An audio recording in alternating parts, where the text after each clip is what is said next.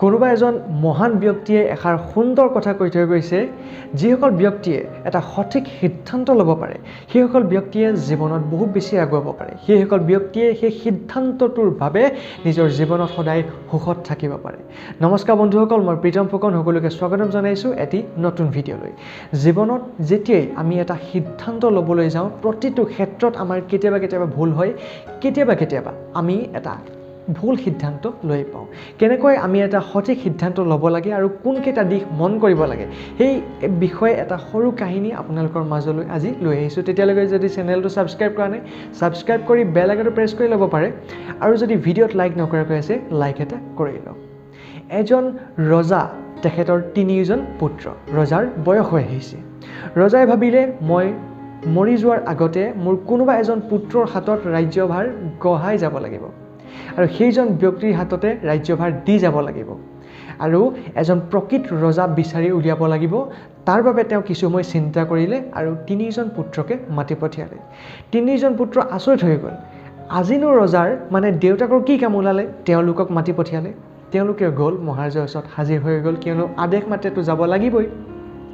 তেতিয়া মহাৰাজে ক'লে, মই তোমালোকক আজি আচলতে এটা প্ৰশ্ন কৰিম, আৰু সেই প্ৰশ্নটোৰ উত্তৰ তোমালোকে দিবলৈ চেষ্টা কৰিবা। ল'ৰাকেইজন চুপচাপ হৈ ৰ'ল, কাৰণ আজি ৰজাজনে তেওঁলোকক কি প্ৰশ্ন কৰিব এইটো ভাবি তেওঁলোকে চিন্তা কৰি আছে। ৰজাই মাত লগালে, এজন দোষীক যদি তোমালোকৰ আগত হাজিৰ কৰোৱা হয় তেনেহ'লে তোমালোকে সেই দোষীজনৰ লগত কি কৰিবা? প্ৰথম যিজন ৰজাৰ পুত্ৰ আছিল সেইজনে ক'বলৈ ধৰিলে, মই সেই দোষীজনক লগে লগে মৃত্যুদণ্ড দিম, যাতে কোনো মানুহে কেতিয়াও তেনেকুৱা ভুল কৰিবলৈ দ্বিতীয়বাৰ চিন্তা নকৰে। যিজন 2 নম্বৰ পুত্ৰ আছিল সেই 2 নম্বৰ পুত্ৰজনে ক'লে, মই সেই দোষীজনক ধৰি আনিম আৰু গোটেই সমাজৰ সন্মুখত সকলোৱে দেখাকৈ এনেকুৱা প্ৰাণদণ্ড দিম যাতে সমাজৰ কোনো ব্যক্তিয়ে তেনেকুৱা ভুল কৰিবলৈ কেতিয়াও চিন্তাটো বাদে সাহসো কৰিব নোৱাৰে, আৰু তেনেকুৱা ভুল কৰা মানুহ যাতে আমাৰ সমাজৰ পৰা একেবাৰে নাইকিয়া হৈ যাব লাগে। এইবাৰ যিজন 3 নম্বৰ পুত্ৰ আছিল সেই পুত্ৰজনে মহাৰাজক ক'লে, দেউতা, এই প্ৰশ্নটোৰ উত্তৰ দিয়াৰ আগতে মই আপোনাক এটা সৰু কাহিনী শুনাব বিচাৰোঁ, যদিহে আপুনি অনুমতি দিয়ে। ৰজাই অনুমতি দিলে। তেতিয়া সেই পুত্ৰজনে এটা সৰু কাহিনী আৰম্ভ কৰিলে।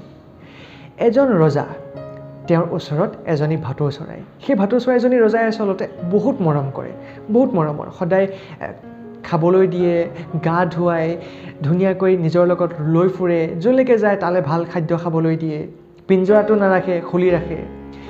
কিছুদিনৰ পাছত সেই ভাটৌ চৰাইজনীয়ে ৰজাক ক'লে, যিহেতু ৰজাৰ লগত থকা বহুদিন হৈ গ'ল, গতিকে হাবিলৈ গৈ মাকক এবাৰ চাই আহিব বিচাৰে। ৰজায়ো সন্মতি দিলে। সেই ভাটৌ চৰাইজনী গ'ল, হাবিলৈ গ'ল, মাকক বিচাৰিলে, কিছুদিন মাকৰ লগত থাকিলে, আৰু যেতিয়া উভতি আহোঁতে চৰাইখিনিয়ে হাবিত পাতি থকা শুনিলে। বাটত যাওঁতে এজোপা আম গছ আছে। সেই আম গছজোপাৰ পৰা যদি আম কোনোবাই খায় তেনেহ'লে সেই ব্যক্তিজন সদায় ডেকা হৈ থাকে।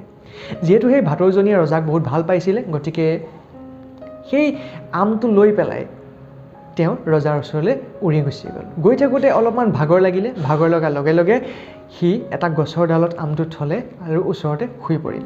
ঠিক সেইখিনি সময়তে এটা সাপ সেই গছজোপালৈ বগাই আহিলে আৰু সেই আমটোত এটা খুট মাৰিলে আৰু তাৰ পৰা গুচি গ'ল। কিছু সময়ৰ পাছত চৰাইজনীয়ে সাৰ পালে, সেই আমটো লৈ ৰজাৰ ওচৰলৈ গ'ল। ৰজাই কি কৰিলে, সেই আমটো নিজে খোৱাৰ আগতে তাত যিখিনি আৰু বেলেগ চৰাই আছিল সেই চৰাইখিনিক অলপ খাবলৈ দিলে। কিছু সময়ৰ পাছত দেখা পালে যিমানখিনি চৰাই খুৱাইছিল সেই গোটেই চৰাইখিনি মৰি গ'ল। ৰজাই খঙতে সেই চৰাইজনীক, মৰমৰ ভাটৌজনীক ধৰি আনিলে আৰু তাইক মৃত্যুদণ্ড দিলে, আৰু সেই আমটো বহুত দূৰত দলিয়াই দিলে আৰু ক'লে সেই আমটো যাতে কোনেও হাত নলগায়। কিছুদিনৰ পাছত সেই আমটোৰ পৰা পুলি ওলাব ধৰিলে, আৰু ৰজাই এবাৰ ঘোষণা কৰিলে কোনেও যাতে সেই আমজোপাৰ পৰা আম নাখায়, সেই আমটো বিষাক্ত। কিন্তু সেইখন গাঁৱৰে এগৰাকী মাইকী মানুহ, তেওঁ এই বিষয়ে একেবাৰে নাজানিছিল। তেওঁ সেইফালে যাওঁতে এদিন ভোকত আছিল, আম গছজোপা দেখা পালে, ইমান ধুনীয়া আম লাগি আছে, এটা আম ছিঙি আনিলে আৰু খালে। কিছুদিনৰ পাছত সকলোৱে মন কৰিলে সেই ব্যক্তিগৰাকী, সেই মাইকী মানুহগৰাকী আগতকৈ ধুনীয়া হ'বলৈ ধৰিছে।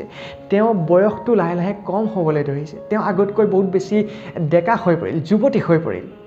এই কথাটো ৰজাৰ কাণতো পৰিল ৰজাই লগে লগে সেই তাৰে এটা দুটা আম ছিঙি আনিলে বেলেগক খোৱালে নিজেও খাই চালে আৰু তাৰ পাছত তেওঁ গম পালে আচলতে সেই যিটো আম আছিলে সেই আমটো খোৱা হ'লে ৰজাই কেতিয়াও মৃত্যু নহ'লহেঁতেন ৰজাই আচলতে সেই আমটো এই কাৰণে চৰাইজনী আনি দিছিলে যাতে ৰজাই সদায় জীয়াই থাকিব পাৰে সদায় ডেকা হৈ থাকিব পাৰে আৰু যেতিয়াই ৰজাই এই কথাটো গম পালে তেতিয়া অনুতাপত ভুগিবলৈ ধৰিলে তেওঁ বহুত বেছি দুখ পাবলৈ ধৰিলে মনটো বেয়া লাগিবলৈ ধৰিলে তেতিয়া সেই যিজন পুত্ৰ এই কাহিনীটো কৈ আছিল তেতিয়া সেই পুত্ৰজনে ক'লে মহাৰাজ আচলতে মই সেই কামটোৱে কৰিব বিচাৰিছোঁ যেতিয়াই এনেকুৱা এজন দোষীক আপুনি মোৰ আগত আনি দিব মই কেতিয়াও এটা সিদ্ধান্ত লগে লগে ল'ব বিচৰা নাই মই সদায় তেওঁক এবাৰ সুধিব বিচাৰিম মই সদায় তেওঁৰ লগত অলপমান কথা পাতিব বিচাৰিম মই সদায় সত্যটো প্ৰমাণ কৰিবৰ চেষ্টা কৰিম আচলতে ভুল কাৰ গাত আৰু আচলতে এইটো ভুল হয় নে এটা দুৰ্ঘটনা আছিল আৰু সেই অনুপাতে মই জীৱনৰ এটা সঠিক সিদ্ধান্ত ল'ব পাৰিম আৰু এই কাহিনীটোৰ মাধ্যমেৰে আপোনালোকে হয়তো বুজিব পাৰিছে আচলতে ৰজাই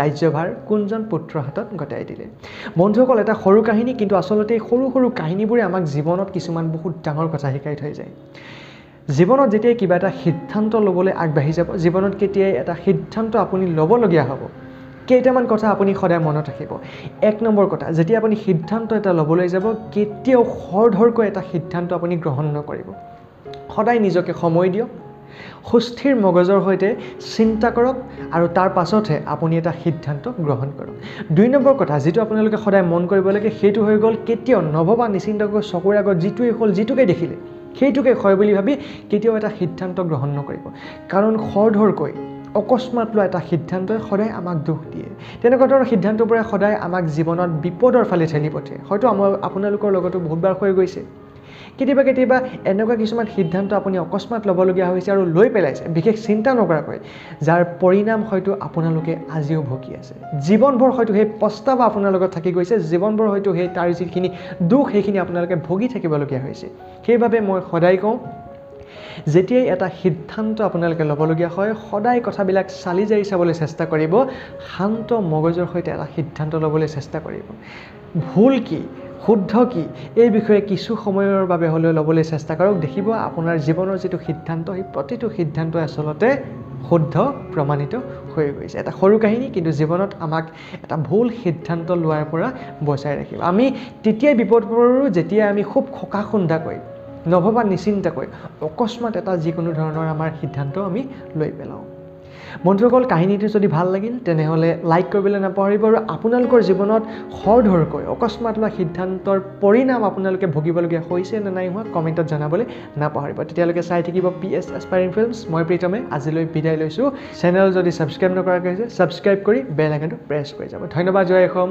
সদায় কোৱাৰ দৰে আজিও কওঁ জীৱন জিন্দাবাদ সদায় ভাল কথা শিকক আৰু জীৱনত সদায় আগুৱাই যাওক পজিটিভ হৈ থাকক আৰু আপোনাৰ জীৱনৰ প্ৰত্যেকটো মুহূৰ্ত উপভোগ কৰিবলৈ চেষ্টা কৰক কাৰণ জীৱনটো দুদিনীয়া